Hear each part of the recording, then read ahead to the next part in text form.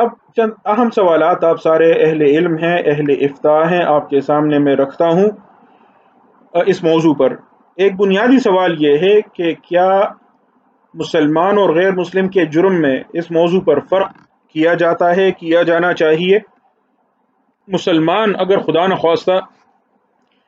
توہین رسالت کرے تو کیا اس کا جرم، اور کوئی غیر مسلم اگر توہین رسالت کرے اس کا جرم ایک نوعیت کا ہے یا ان میں فرق ہے؟ اب وفاقی شرعی عدالت کے فیصلے میں مثال کے طور پر بار بار ارتداد کی سزا کا ذکر آتا ہے، اور اس موضوع پر بھی بحث کی گئی ہے کہ ارتداد کی سزا سزائے موت ہے، اور توہین رسالت کی سزا سزائے موت ہے، اور توہین رسالت ظاہر ہے کہ ارتداد ہے، یعنی مسلمان اگر خدا نخواستہ رسول کی شان میں گستاخی کرے تو یہ ارتداد ہی ہے۔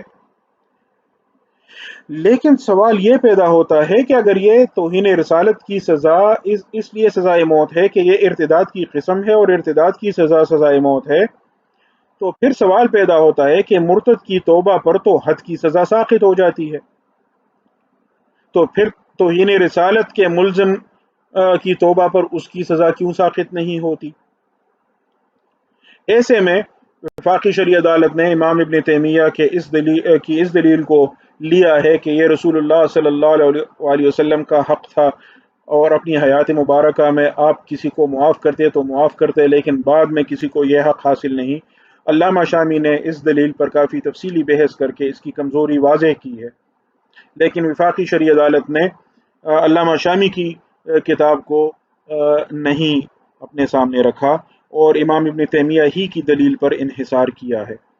اسی طرح بعض لوگوں کی جانب سے دلیل پیش کی جاتی ہے کہ زندیق کی بھی تو توبہ قبول نہیں کی جاتی۔ اس کا جواب بھی علامہ شامی نے دیا ہے کہ زندیق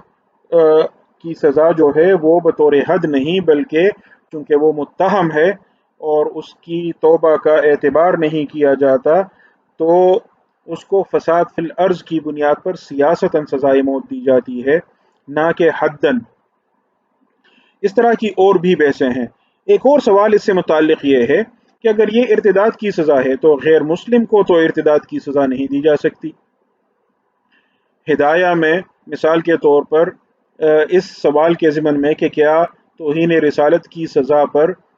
توہین رسالت کے ارتکاب پر ذمی کا عقد ذمہ ٹوٹ جاتا ہے، تو صاحب ہدایہ کے الفاظ بہت دلچسپ ہیں۔ انہوں نے کہا کہ الکفر المقارن لا یمنعہ فالطارئ لا یرفعہ، کہ جو کفر عقد ذمہ کے وقت بھی تو وہ کافر تھا نا، تو اس کے مقارن جو کفر تھا اس نے عقد ذمہ کو روکا نہیں،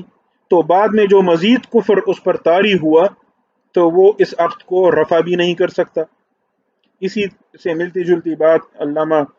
کاسانی نے بھی لکھی ہے اور دیگر ائمہ نے بھی لکھی ہے، یعنی یہ تو کفر پر مزید اضافہ ہے، وہ مزید کافر ہوا لیکن ظاہر مرتد تو نہیں ہوا۔ اور علامہ شامی یہ سوال بھی اٹھاتے ہیں کہ جب حنفی فقہا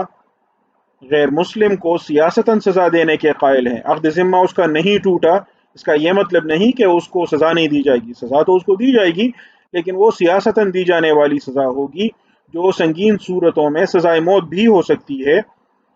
لیکن وہ سیاستاً دی جانے والی سزا ہے، وہ حداً نہیں ہے۔ تو جب حنفی فقہا غیر مسلم کی جانب سے اس جرم کو اس پر سیاسہ کا اطلاق کرتے ہیں، تو اس کا مطلب یہ ہوا کہ وہ توہین رسالت کو الگ حد کے طور پر نہیں مانتے، بلکہ جب وہ مسلمان کو سزائے موت کا ذکر کرتے ہیں تو اس لیے کہ مسلمان کی جانب سے جب توہین ہو تو وہ مرتد ہو جاتا ہے اور مرتد کی سزا موت ہے، لیکن یہ سزا توبہ پر ساقط ہو جاتی ہے۔ اور انہوں نے اس پر بھی بحث کی ہے کہ توبہ پر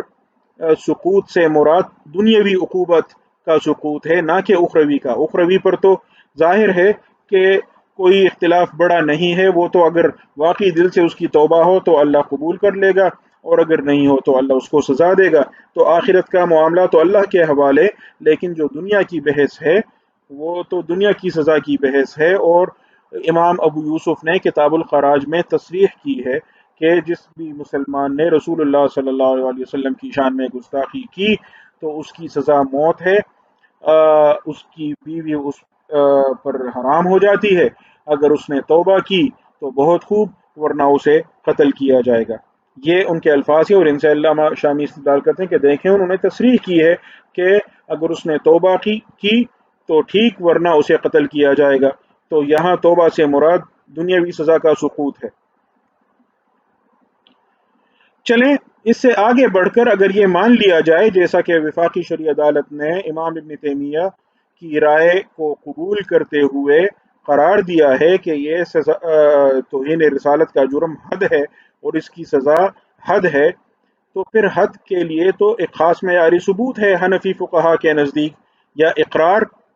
اور یا دو گواہ۔ اور یہ صرف حنفی فقہا کے نزدیک نہیں بلکہ پاکستان میں بھی حدود قوانین کے تحت یہی معیاری ثبوت مانا گیا ہے حد کے جرم کے اس بات کے لیے، اقرار یا دو گواہ۔ البتہ حد زنا کے لیے اقرار یا 4 گواہ، باقی تمام حدود کے لیے اقرار یا 2 گواہ،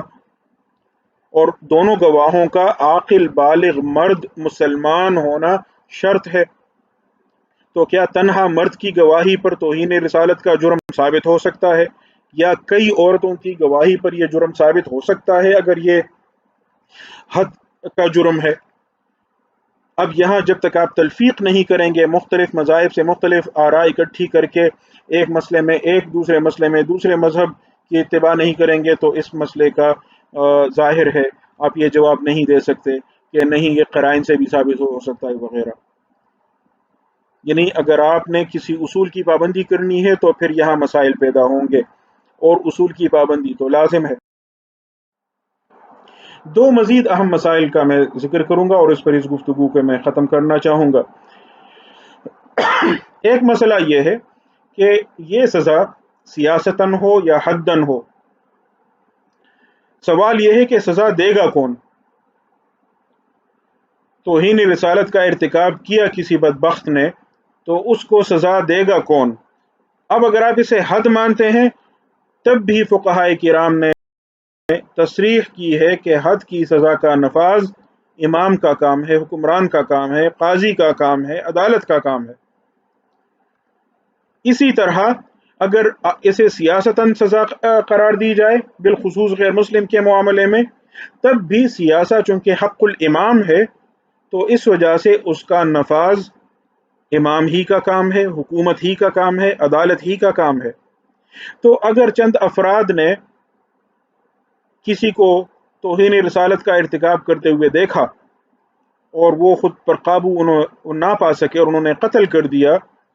تو اس کو فقہا افتیات علی حق الامام کے قاعدے کے تحت ذکر کرتے ہیں۔ اگر عدالت میں ثابت کیا گیا کہ اس بندے بدبخت نے یہ جرم کیا تھا، تو اسے قتل کرنے والے کو قتل کی سزا تو نہیں دی جائے گی، البتہ قانون اپنے ہاتھ میں لینے پر افتیات علی حق الامام پر اسے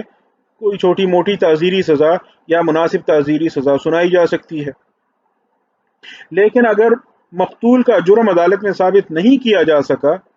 تو پھر تو وہی بنیادی مفروضہ ہوگا کہ جس بندے کو آپ نے قتل کیا اسے قتل کرنے کا حق آپ کو نہیں تھا، تو یہ تو قتل ناحق ہوا۔ یہ بہت سنجیدہ مسئلہ ہے اور اس پر اس پہلو سے اصولی گفتگو کی ضرورت ہے۔ علماء کرام اور اہل افتاء کو خصوصاً اس پر غور کرنے کی ضرورت ہے۔ آپ زیادہ بہتر جانتے ہیں، آپ زیادہ بہتر رہنمائی کر سکتے ہیں۔ دوسرا اہم مسئلہ یہ ہے جو بعض لوگوں کی جانب سے مسلسل اٹھایا جا رہا ہے کہ جس بندے نے توہین رسالت کا الزام رکھا کسی پر اور ثابت نہیں کیا تو اسے توہین رسالت کی سزا دو۔ بھئی یہ کیا ہوا؟ اور عجیب بات یہ ہے بعض بہت سنجیدہ قسم کے لوگوں نے بھی اس رائے کی تائید کی ہے۔ یہ انتہائی غلط رائے ہے، اور اس سلسلے میں پہلی بات تو یہ نوٹ کرنے کی ہے کہ جرم ثابت نہیں ہو سکا ملزم کا، اس سے یہ ضروری نہیں کہ ثابت ہو کہ الزام جھوٹا تھا، یعنی دونوں میں کوئی تلازم نہیں ہے۔ یہ تو صرف زنا کے معاملے میں شریعت نے یہ قرار دیا ہے کہ آپ یا 4 گواہ لائیں گے یا آپ کو قذف کی سزا سنائیں گے، اور اس میں بھی دیکھیں زنا اگر ثابت ہو تو زانی کو یا تو 100 کوڑے لگائے جائیں گے یا رجم کیا جائے گا، لیکن اگر ثابت نہ ہو تو زنا کا الزام لگانے والے قاذف کو 80 کوڑے لگائے جائیں گے۔ تو 80 اور 100 کوڑوں میں بھی فرق ہے، لیکن 80 کوڑے اور رجم میں تو زمین و آسمان کا فرق ہے. تو اور یہ بھی اس صورت میں جب زنا ایک خصوصی جرم ہے. باقی عام جرائم میں ہرگز یہ نہیں کہا جا سکتا کہ آپ نے کسی پر چوری کا الزام لگایا، ثابت نہیں کیا تو اب آپ کا ہاتھ کاٹا جائے، کیونکہ یہ ضروری نہیں کہ آپ نے الزام ثابت نہیں کیا تو آپ جھوٹے ہیں. اور پھر پاکستان کا جو قانونی نظام ہے اس میں تو جرم کا ثابت کرنا شکایت کنندہ کا کام نہیں بلکہ استغاثہ کا کام ہے، پولیس کا کام ہے. تفتیش کرنے والے افسر نے اگر ثبوت ضائع کیے یا صحیح طریقے سے تفتیش نہیں کی تو قصوروار شکایت کنندہ کو کیسے ٹھہرایا جا سکتا ہے؟ یہ ایک بات ہوئی. پھر اگر عدالت میں ثابت ہوا کہ الزام اس نے جھوٹا گھڑا تھا، شکایت کنندہ نے جھوٹا الزام دھرا تھا، تو آپ کے مجموعہ تعزیرات پاکستان میں پہلے ہی سے اس پر سزا مقرر ہے کہ اگر کسی شخص نے کسی دوسرے شخص پر ایسے جرم کا الزام لگایا جس میں سزائے موت ہونی تھی اور یہ الزام جھوٹا ثابت ہوا تو الزام لگانے والے کو، جھوٹا الزام لگانے والے کو 7 سال تک کی قید کی سزا اور جرمانے کی سزا سنائی جا سکتی ہے. اسی طرح یہ بھی مجموعہ تعزیرات پاکستان میں پہلے ہی سے مقرر ہے کہ اگر آپ نے صرف پولیس کو جھوٹی خبر نہیں دی بلکہ جھوٹا مقدمہ گھڑا، یہ ثابت ہوا کہ آپ نے جھوٹا مقدمہ گھڑا تھا اور اس مقدمے میں اگر ملزم پر جرم ثابت ہو جاتا تو اسے سزائے موت ہونی تھی،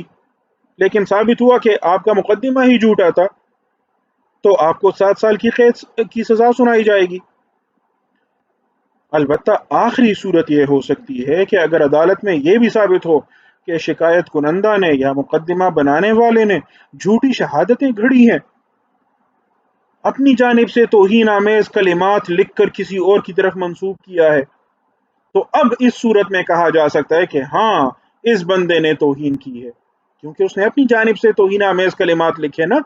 تو اب وہ مجرم قرار پایا،